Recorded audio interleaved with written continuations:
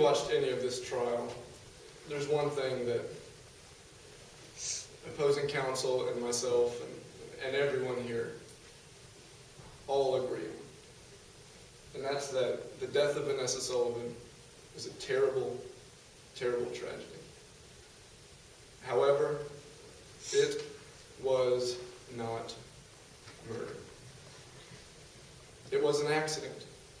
It was an accident. Let's look at what happened this night. Now, Vanessa Sullivan and her best friend, Taylor Hobson, and another friend of hers, Danny Dawson, are at the bar. It becomes time to go home, and Danny Dawson is all right to drive. They get in the car, and they take Canyon Road home. But right before they left, a storm came upon them. It was raining, it was pouring. It was raining so hard that there was actually a flash flood warning. And they're driving down Canyon Road. Canyon Road is a scary, dangerous road. It's late at night, so it's dark, but there's only one light, and it's up and to the left of the curve. And then they come to a curve that they call the death zone. And it's at the death zone that a deer jumps in front of the car. Danny Dawson tries to avoid hitting this deer. And by doing so, his car becomes half on the grass and half on the road. Yet despite the fact that he was going fast on a wet road and wet grass, he manages to keep with this turn for 124 feet. He's battling the conditions. Everything about him must not... The laws of physics want to push his car off the road, and he manages to keep with it. Until finally, he succeeds and he gets the car back on the road. But then the car starts hydroplaning. And there's nothing that anyone can do now other than hope and pray that everything will end all right. As the car is hydroplaning down the road and spinning, there's nothing anyone can do. Everyone can just sit and wait, and then the car hits a pole and a tree.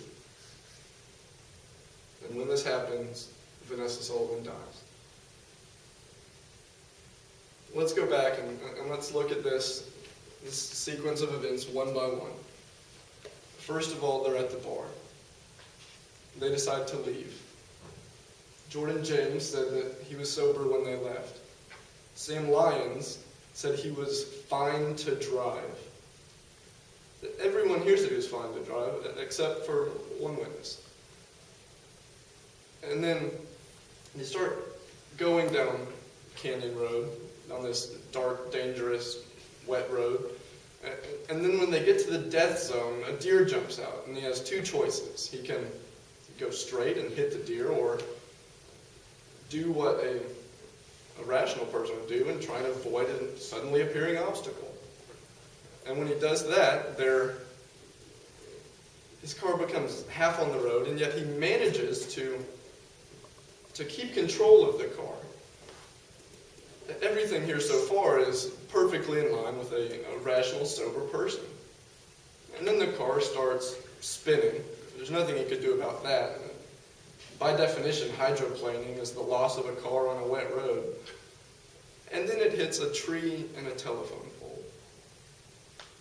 The tree shouldn't have been there. The tree was 2 feet from the road. And if the tree was there, there should have been a guardrail. If the tree weren't there, or if the guardrail were there, Vanessa Sullivan would be alive today. The prosecution in this case is trying Danny Dawson for murder.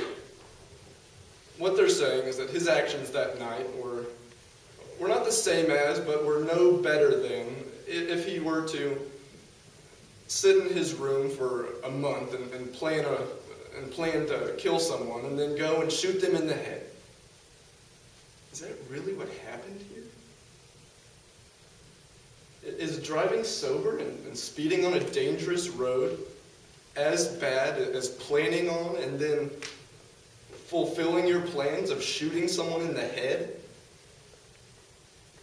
I don't think it is. Let's look at what the prosecution has shown you. Let's look at the evidence. There simply isn't much. What were the drinks he had? We heard that Taylor Hobson saw him drink a few drinks. You don't know how much he purchased. In fact, you don't even know that he was drunk. Jordan James said himself that the summer before on the softball team, the officer administered a field sobriety test and it looked like he did awful on it. We don't even know that he was drunk. Simply, where is the evidence? The other charge that is being put on Danny Dawson today is for driving under the influence. For this to be true, Danny Dawson had to have operated a motor vehicle while under the influence of alcohol. He operated the motor vehicle. But he was fine to drive. Same lines, the cab driver said that. Their own witness said that he was fine to drive. Where is the evidence that he is guilty of murder? Now, in the system we have here,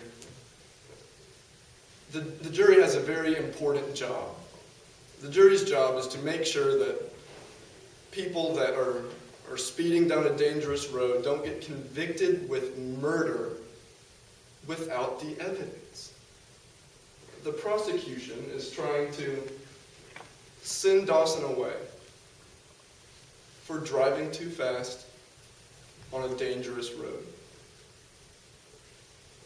The evidence is not there that he was extremely reckless. To be extremely reckless, his actions had to have been a gross deviation from what a normal law-abiding person would do.